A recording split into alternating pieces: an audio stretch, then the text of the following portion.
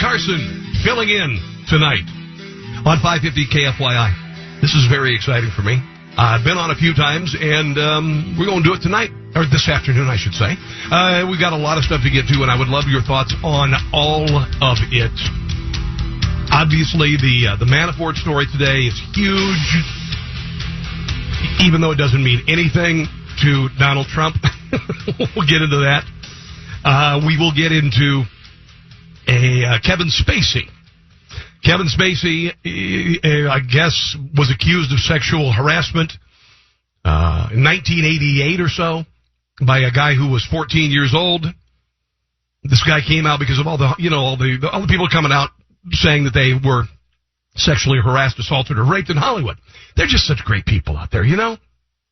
They canceled House of Cards, I guess, because of it. So we'll get into that. I want your thoughts on it as well. The NFL, Houston Texans, most of them took a knee this weekend because of what the team owners said about the inmates running the prison.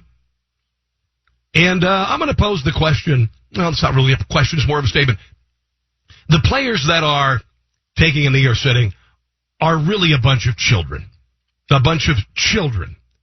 So all of that is coming in. Where were you at the vigil this weekend? I don't know. And maybe this is a sensitive subject for you, Dolphin lovers. I don't know. I did see the story today. I wish I could have been there. Mourners gathered this weekend to say goodbye to Dolphin Harris Dolphin that died last month. Candlelight vigil was held Saturday.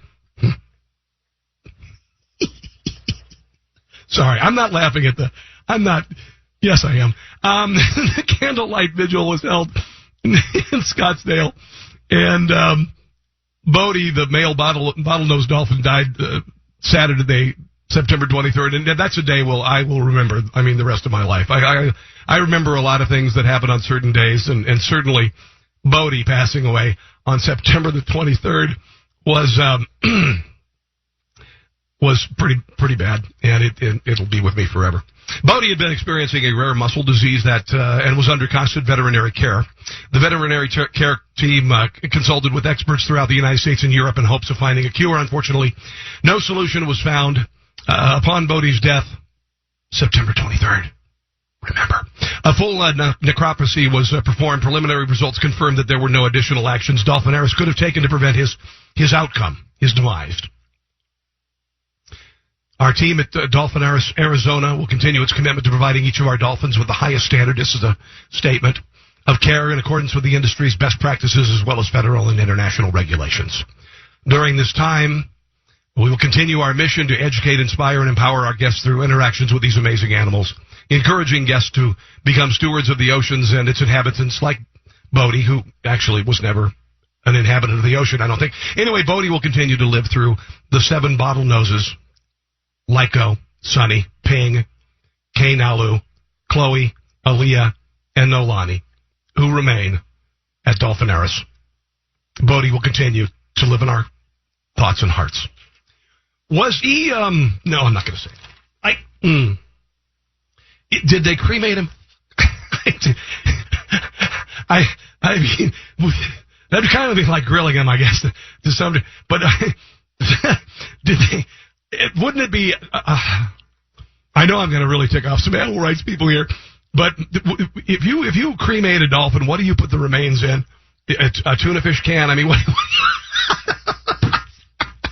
Okay, I said it. I've been sitting on the story all day, and we anthropomorphize our animals, and dolphins are very cute, and there was Flipper and all this, and who doesn't want to swim with the dolphins at some point in their life? But a candlelight vigil. A candlelight vigil for a dolphin. Maybe I'm being insensitive. I am being insensitive about Bodie. But did they do they have the inverted bags, like the grocery bags, and then they put a candle in it and they release them into the sky? Did they do that? I just kind of wonder. Okay, all right. I've had my fun with Bodie's demise, and I'm sure it was cruel and heartless. And if you were there. I won't say I'm really sorry, but Before we get into, I also want to mention this. I got into a fight on Facebook today because a fan stole a home run ball during the series last night. And I'm not a big sports dude. Dodgers, Yasiel Puig hit a home run and trimmed the Astros lead to 12-11. And eventually it tied it to 12-12. And this woman caught this ball, and then this guy grabbed it out of her hand and threw it back on the field. And so my comment on Facebook, and by the way, you can find me on Facebook at Rob Carson Show, and on Twitter at Rob Carson, was what a D-bag, you know? And have you seen the video? Because I didn't understand. Well, apparently they're related, and he took the ball. She had planned on throwing the ball back onto the field, but he took it instead and threw it as a prank. Who does that? Who throws a home run ball back on the field? Why would somebody do? I don't understand it. Maybe if you know, or if you were there at Bodie's Candlelight Vigil. The number is 260-5394. I've never been to a dolphin vigil before. 602-260-KFYI. And they do good work, with the dolphins in captivity. I'm not meaning to call out the caretakers of the dolphin, and Dolphinaris is a cool place. But just the Candlelight Vigil, I don't know. And I didn't call him a fish. Can you at least admit I didn't call him a fish? I think a lot of people, maybe commentators would say that Bodie was a fish. I at least give Bodie the respect he deserves as a mammal. Thank you very much. He's not a fish. A shark is a fish. A shark is a fish. Mammals have young that are birthed. There you go. So enough about Bodie. But the number here is 602-260-5394. 602-260-KFYI. I want to get into the Manafort charges today. I want to get your thoughts on it. Like so many things, we've had a chance to digest it throughout the news cycle. Maybe you've heard some other people talking about it. I have my thoughts about it, and I do believe it is absolutely to the Donald Trump campaign with regard to collusion with Russia to throw the election. Not one shred of evidence. There's not been one shred of evidence that the Trump campaign colluded with Russia. I'll explain why Manafort was included in the Russia investigation by Robert Mueller. I'll explain some of the things that are in the indictment and get your thoughts on it. We got lots of audio, including some bat guano crazy stuff from Maxine Waters. We've got some Trey Gowdy audio, kind of digesting this yesterday on Fox News. And again, guys, your calls are welcome. 602-260-5394, 602-260-KFYI. Time now for East Side, West Side traffic with Lee Powell. What's going on? Well, Rob, we got some stop and go already kicking in on the 101 southbound. That's starting around the 202 over to Guadalupe Road.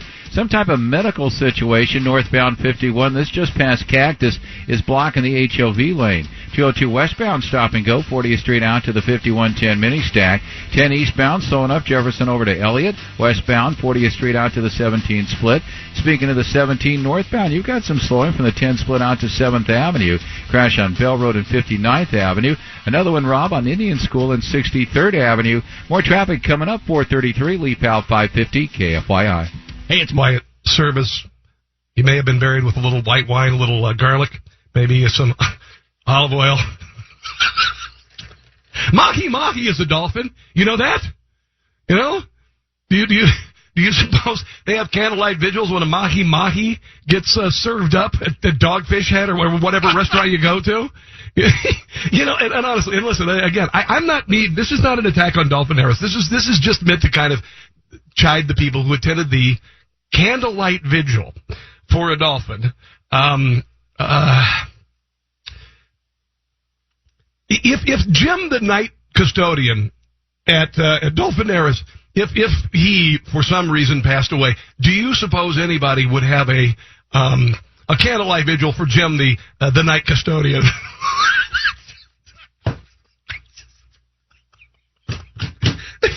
I heard Bodie, I should say, identified as a fish, though.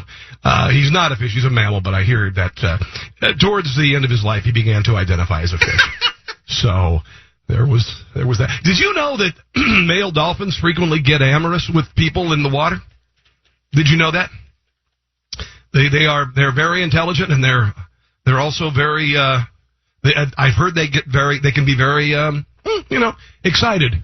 You know how your dog is with your leg, kind of like that, except for it weighs about 800 pounds, which is not good for the person in the water with the dolphin. It's just not good. Okay. We've gotten a lot of feedback on Bodie, the dolphin, by the way, on the phone line. 602-260-5394, 602-260 KFYI. I apologize. I did not introduce myself again. My name is Rob Carson. I am a commentator, political satirist, I guess, to some degree. I try to make things relatively funny, even when it's serious, and we pivot to the serious when we have to. If you've ever listened to the Rush Limbaugh show, I've written a good deal of comedy for Rush Limbaugh over the years. The parody songs and the commercials and all that stuff. So I think that if you can disarm your opponent with humor, then, you can have a more civil discussion. And also, you know what I really get tired of? The left frequently owns comedy. All right, late night TV is dominated by leftists, and a lot of times we conservatives maybe we take life a little too seriously. I mean, we're serious when we have to be, and we're well informed, but occasionally you just gotta laugh. Gotta laugh. Donald Trump's name. How many times does it appear in the indictments today? Robert Mueller's Russia proof. How many times in this big document? I think it's 35 pages. How many times does his name appear in the document? Go ahead, guess. If you guessed 10, you guessed way high. If you guessed 5, you guessed way high. If you guessed 1, you'd be way high. Donald Trump's name is not mentioned one time. One time in Paul Manafort's indictment records released this morning. Over the weekend, we had Democrat pundits and journalists saying that they didn't know this is hilarious, they didn't know who the person was going to be named in the indictment on Monday, didn't know what the charges were going to be, but these people were facing possibly 20, maybe up to 70 years in prison. But I saw that and I was like, you're kidding me. You're so hungry for blood in the water. Pardon me, Bodie. But they're so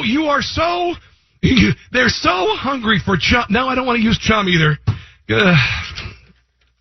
But they're so hungry for someone's head to roll and Donald Trump's presidency to end that they were ready to indict, convict, and sentence to prison people who they didn't know because they hadn't been recognized and didn't know what they did.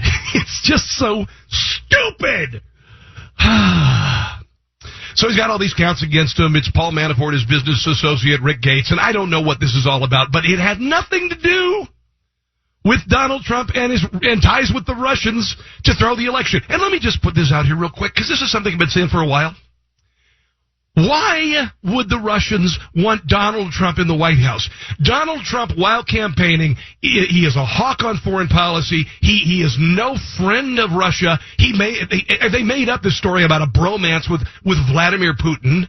Meanwhile, you've got the bumbling Secretary of State who gave the reset button that actually meant overcharge, and then got a Russian nuclear deal to go through that gave a Russian company 20% of our uranium reserves, and she got $145 million donated by Russians into her phony foundation, and her husband got a $500,000 speaking gig in Moscow within days.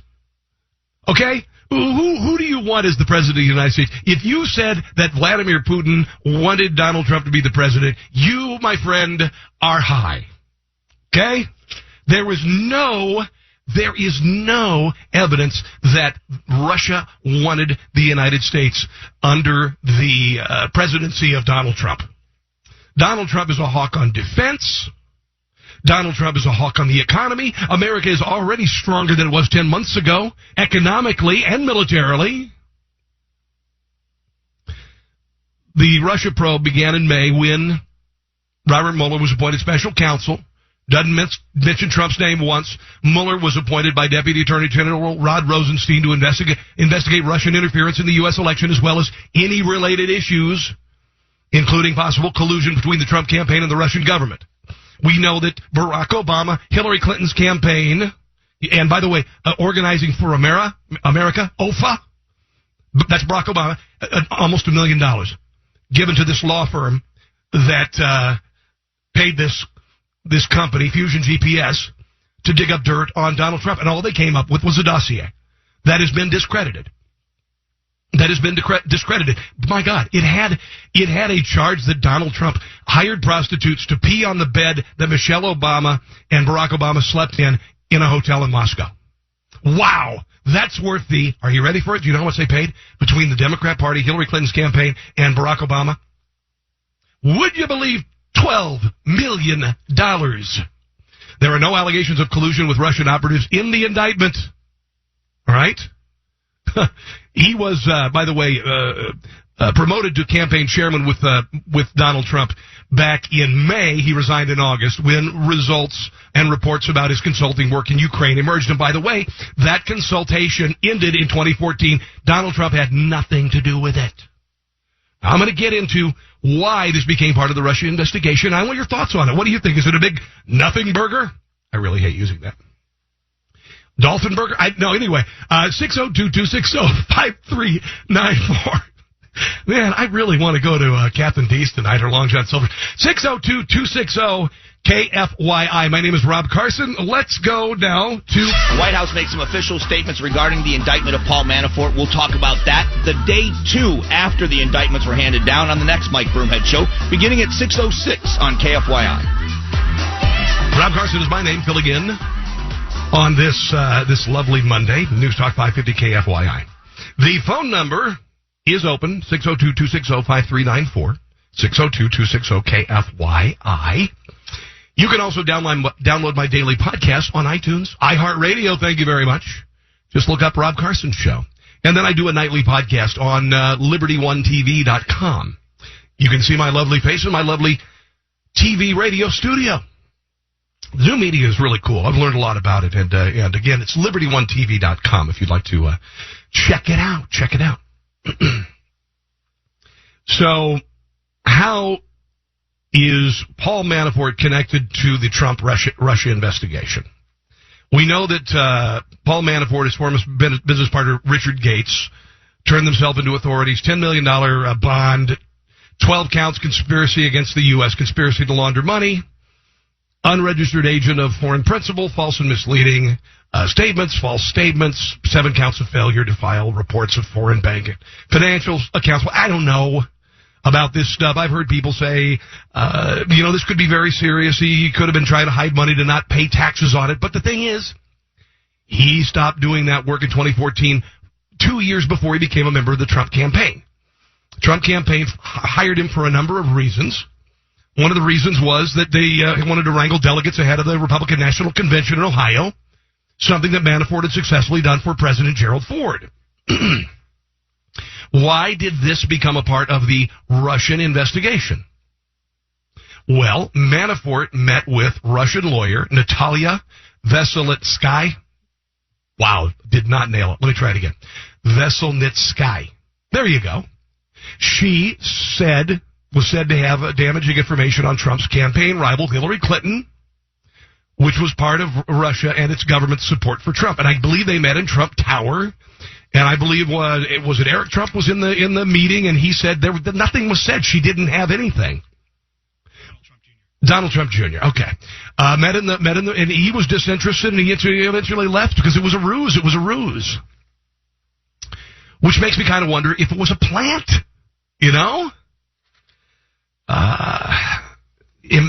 But there was nothing there. But that was enough for Manafort or for Mueller to investigate him.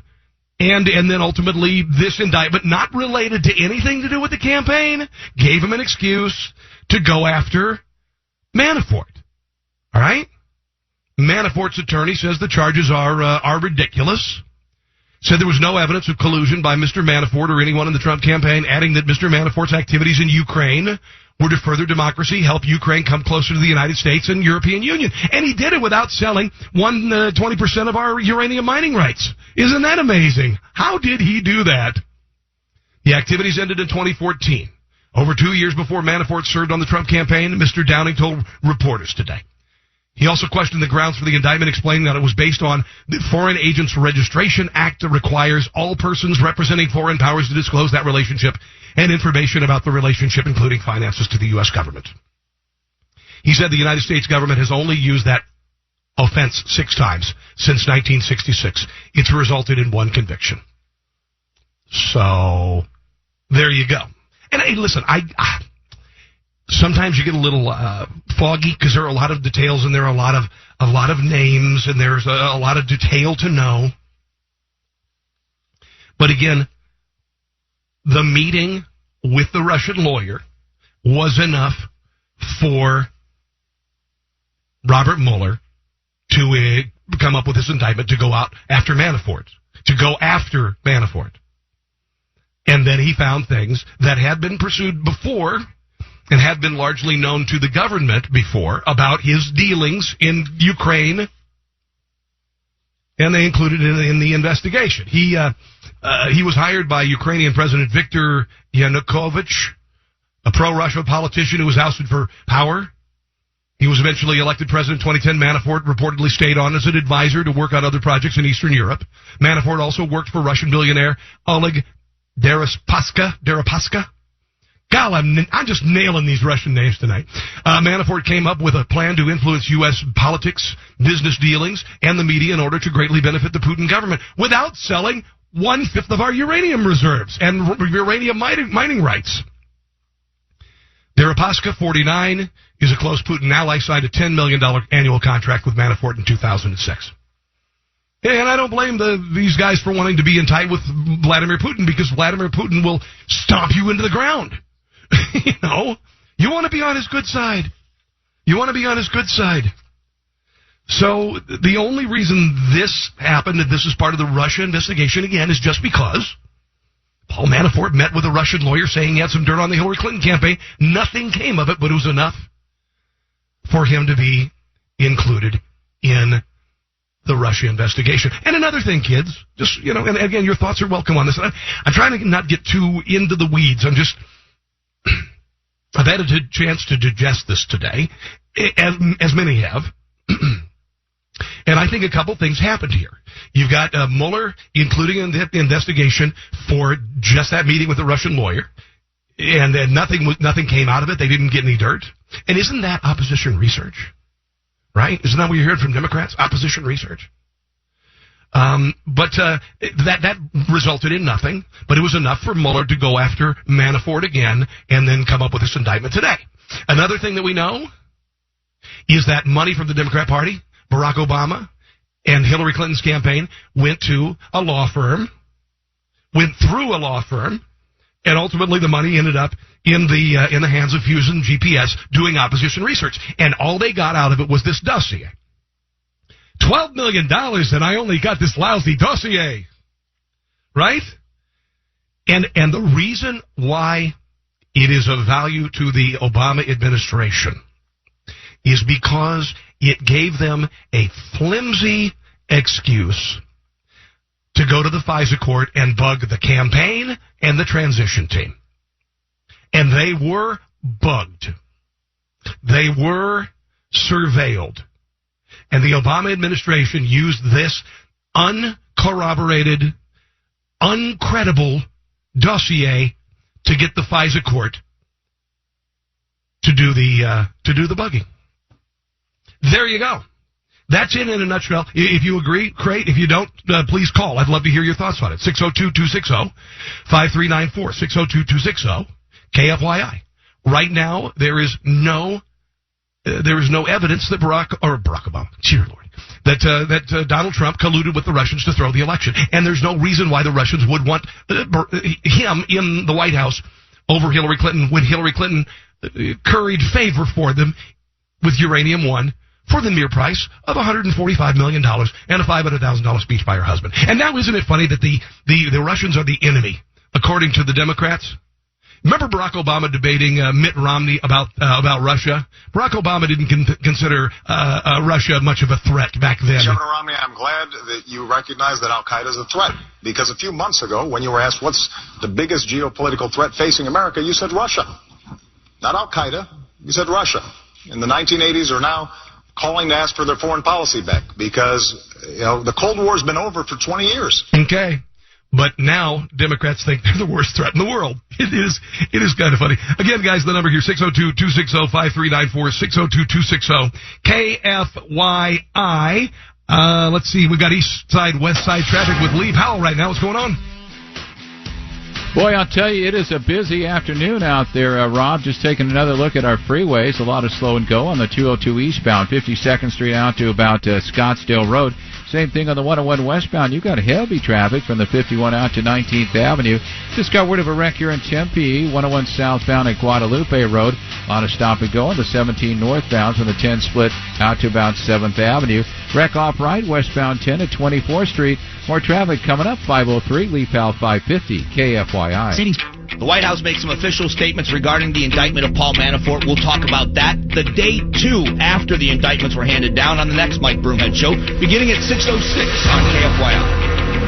All right, like I said, in a nutshell, and by the way, Rob Carson is my name. I'm filling in today. And I'm going to be here the rest of the week at least, all right? So get used to it. I hope you enjoy the show, and I'm here to entertain you and inform you. With regard to the Manafort indictment this morning, none of it had to do with Russian ties to the Trump campaign. Okay, nothing. His name wasn't even, Donald Trump's name not mentioned one time. This was about business dealings that Manafort had with Ukrainian president, another, I guess, Russian oligarch where he was paid to consult. And he got a lot of money. And he may or may not have laundered it. So I'm not defending Manafort, but nothing that he is under indictment for happened before it all happened before, a couple years before he was working on the Trump campaign. The FISA court did authorize the wiretapping of Manafort in 2014. It was discontinued in 2016. Investigators obtained another warrant that lasted until early 2017 of this year. And that FISA court was given the dossier. And that's the reason why Manafort and others close to Donald Trump were wiretapped. They used this flimsy, and I got to tell you, I think the Justice Department is as corrupt as the Democrat Party. I really do. I think that there are very corrupt people at the DOJ. And I think there are a lot of holdovers who are there, and then the FBI who want nothing more than to see Donald Trump go up in flames. Well, he's not on fire yet. And again, as I said, the only reason that Manafort is part of Robert Mueller's investigation was because he agreed to a meeting with the Russian female lawyer who said she had some opposition research on Hillary Clinton. They met in a hotel with Donald Trump Jr. Donald Trump Jr. rolled his eyes and said, she doesn't know anything. Why are we here? And that was it, but it was enough to give Robert Mueller the opportunity to go after go after Manafort. That was a brain fart. That was a big one. But it gave him a kind of a flimsy, paper-thin excuse to include him in this investigation of Russian collusion. And again, there's no evidence of collusion. There's no evidence of collusion. And by the way, Robert Mueller and those around him may have actually committed a crime. You weren't supposed to know about the indictments until this morning, but they were released to the media on Friday. I will tell you this. This is Trey Gowdy talking about it on Sunday morning. The conversation I've had with Robert Mueller, it was stressing to him the importance of cutting out the leaks with respect to serious investigations. So it is kind of ironic that the people charged with investigating the law and executing the law would violate the law. And make no mistake, disclosing grand jury material is a violation of the law. So as a former prosecutor, I'm disappointed that you and I are having the conversation because somebody violated their oath of secrecy. Okay, and then there's a lot of that. There's a lot of leaking in Washington, D.C., which makes me think that the DOJ is corrupt. There are a lot of moles in there. Now about the dossier that we keep hearing about. Here's Trey Gowdy's take on who paid for it. I am interested in who paid for the dossier because that helps you understand motive and intent and whether or not you can rely on the document. I am much more interested in whether or not the Department of Justice and the FBI relied upon that dossier in initiating a counterintelligence investigation. The FISA court and the wiretapping, thank you. Or in court filings. That is really important to me. I don't expect the DNC to be objective. Almost by definition, opposition research is not objective. I do expect an entity represented by a blindfolded woman to be objective, and if they relied on that dossier and they didn't corroborate it or vet it, then we have a serious issue, and that's the next thing that House Intel is trying to find out is whether or not the U.S. government relied on. Okay, by the way, the blindfolded lady is actually Justice, not some woman that Bill Clinton met in a hotel room. That's completely different. Here's Gowdy talking about the dossier and the FISA court.